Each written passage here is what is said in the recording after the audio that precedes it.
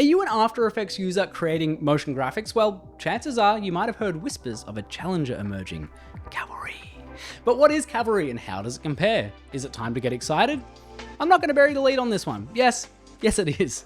Cavalry is a procedural animation tool for 2D motion design. It's been around for a few years, but with version 2.3, Cavalry has taken a big step towards becoming a true After Effects replacement for many motion designers. Now, to be clear, no one app is going to do it all. The same way that After Effects isn't fit for purpose for 100% of motion designers. However, Cavalry is now at a point where it can feasibly replace After Effects for a large chunk of motion design work. And yes, I am talking about the completely free version. So where does Cavalry differ from After Effects? Well, it's node-based, but not in the way that you think. It's not like building a node tree in something like Fusion in DaVinci Resolve. It's more akin to how you parent something in After Effects with the pick whip.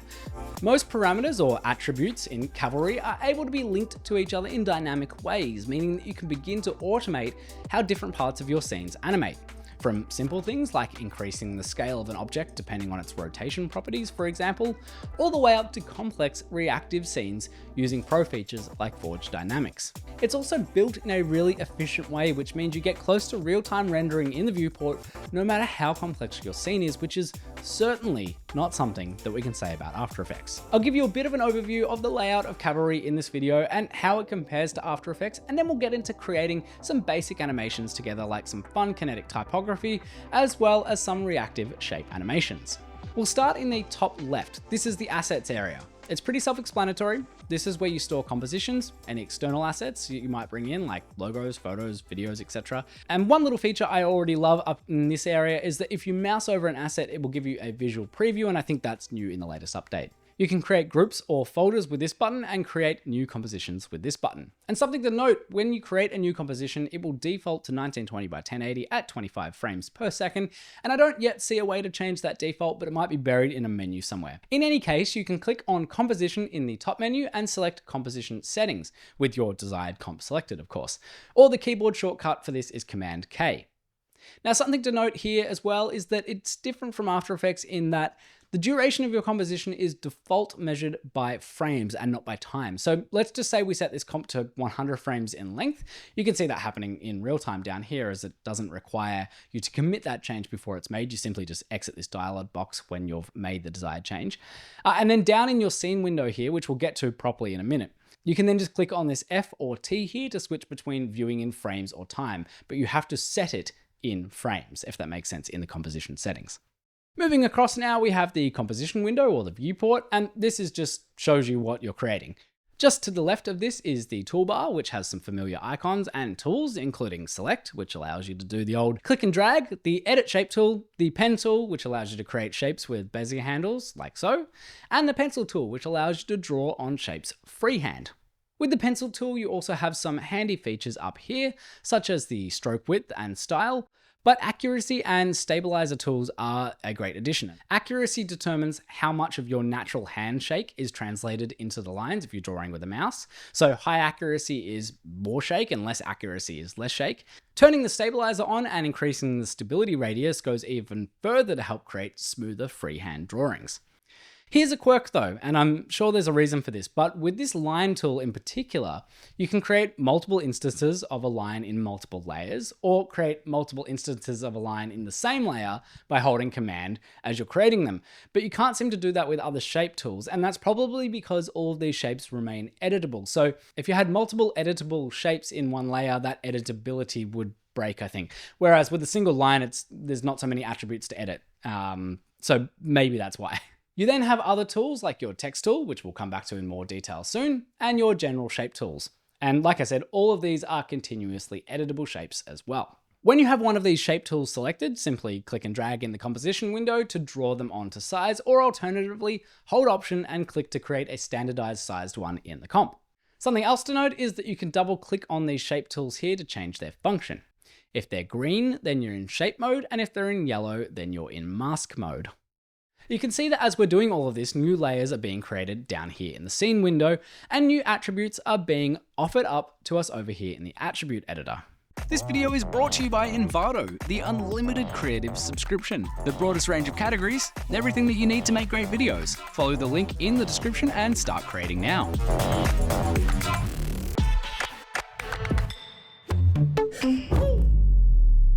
The scene window and timeline are by default down below your composition window and act in similar ways to how you would assume they would if you're coming from something like After Effects.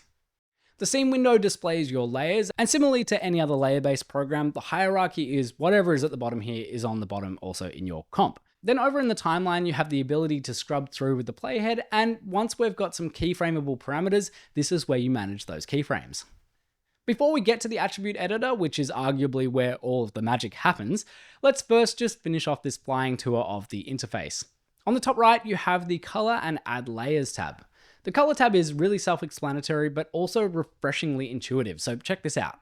If you have a shape in your timeline, let's just make a circle, and I have it selected in my scene window, I can then just go through the color wheel here and it will fill that color, which is really lovely.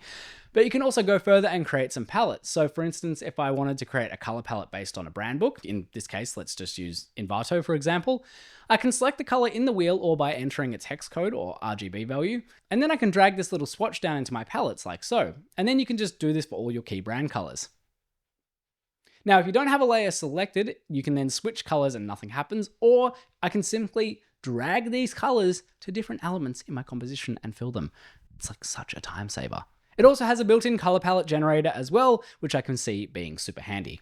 The Add Layers tab is sort of akin to your effects and presets in After Effects, and for reference, you can access them up here, or when you're in the flow of creating, you can hit Command full stop or Command period for those Americans amongst us, and it pulls up a little floating window where you can search for and apply these properties, these effects, these presets.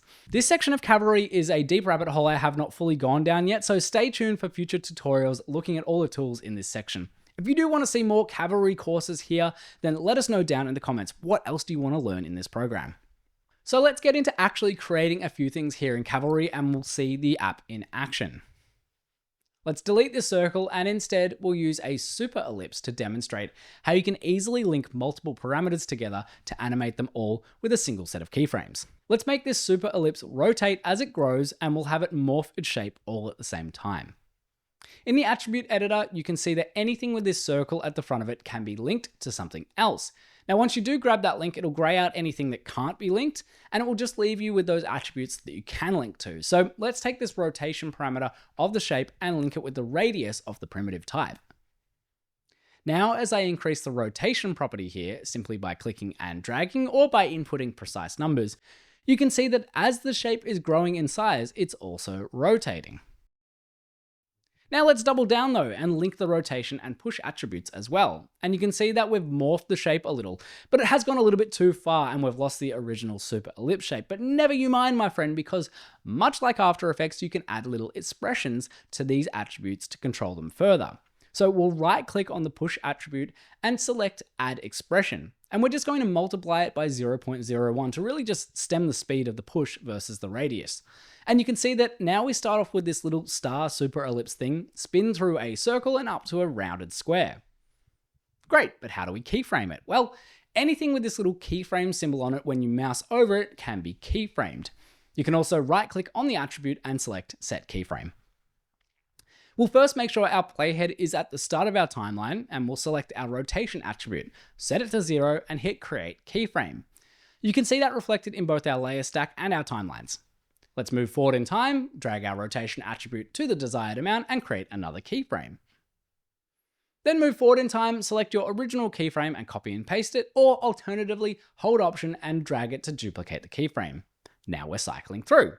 Keyframe easing is also really simple here in Cavalry. Select your keyframes, right click and select one of the magic easing properties. There's a few to try from, and you can also of course customize the easing curve in the graph editor, which is located down here if you do need to toggle that on. If you want to loop your animation, again, it's super simple. Select all of your keyframes, right click and select loop after, and then select looping, and that will keep looping until the end of your comp, which will then continue to loop in the same way that After Effects does. Okay, so that's the basics of how to animate shapes and link some attributes together. But we've barely scratched the surface here. What about some other fun things that we can do with shapes and all of this dynamic linking magic? And you haven't even got to behaviors yet. Okay, chill, let's do it. Let's rig something up really quickly here. How about a reactive text layer that avoids a hand trying to poke it? Real time, 5 minutes, let's do this.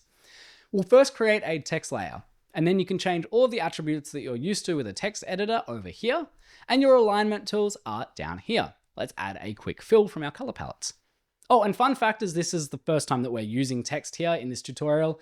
Even text layers can be editable shapes. So if you get your edit shape tool, you can easily manipulate the paths of your text to create some fun kinetic typography, but I digress, more on that later, or maybe in another tutorial. With our text layer selected, you want to find the deformer section and click the plus button to add a deformer, and we're going to add something called a submesh. Double click on the submesh layer, and on the position attribute, we're going to right click and add another behavior to that attribute called getVector. Now the target can be anything really. It can be a shape that you create in the comp or an etched photo of a human hand, which if you don't have, you can go to Envato, search for pointing hand, find one that will work for your project and select edit with AI. Then hit remove background, download that image and bring it into Cavalry. Now you can drag it from the asset panel into the composition, scale it down to the desired size, making sure to link the X and Y of the scale attributes together for uniform scaling. Rotate it how you see fit, and if you do need to change the anchor point, that is called the pivot here in Cavalry, and you can do so by first making sure that you're in the select tool, which is V on your keyboard or up here, so that it shows up in the comp view, and then you can shift your pivot point using the values down here. Then you can drag that into the target box of the getVector behavior and bump the strength up to, say, 1000. Now you can see that as we move it around, it's shifting the letters away from it, but not nearly enough. On the submesh attribute, right-click on position, and we're again going to add an expression, this time to accentuate what we've already linked up. And we'll do this by times 30 on both the X and Y values. Now we can simply animate the position of the hand how we see fit, and all of the linking and behavior modifying will take care of the rest. Now we can add a little motion blur in both the hand layer and the text layer and turn on motion blur down in the scene window. And just like that, we have a reactive, responsive, and really cool little animation. And I don't even think that was 5 minutes. Oh, by the way, just a workflow thing. If you're like me and you get a little overwhelmed at seeing all of these attributes here, you can just close these windows down and open them up again when you need to access them. So just close them here with the X button and then double click the layer to access them again. Also, let's just look at that color palette again. I don't want to take for granted how easy it is to switch out colors. Like, this is really, really simple. I think I'm in love. Now, one other section of the UI that you might have noticed up along the top here is this toolbar containing a bunch of funky looking icons. And most of these are in the paid version of Cavalry, but one in particular that is in the free version, which does offer up some quick creative noodling, is the duplicator. Let's quickly look at it in action. We'll first create a basic circle and we'll set it to have a stroke, and the fill will be the same color as our background. Then with that layer selected, we'll add our duplicator. Over in the attribute editor, we'll change the distribution from grid to circle. And we'll connect our rotation attribute to our radius under the distribution. Let's also bump up our count to something like 20. We'll then keyframe the rotation parameter, and once again, a tidy little animation that looks way more intense to set up than it was in reality. That would have taken a lot longer to do in After Effects, and it was just a couple of clicks here.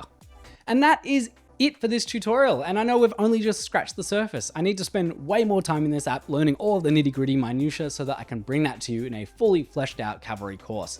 So what do you think? Is that something that you want to see? And if so, what do you want to learn in that course? Let me know down in the comments. Also, generally, I'm really keen to hear what you think about Cavalry. I'm excited about it, but do you think it's going to be an After Effects killer, or are you not quite buying into the hype yet? I, for one, welcome more tools for the job, and I've really enjoyed playing with this for the last couple of weeks. So thank you for watching, and let's link up again. See what I did there?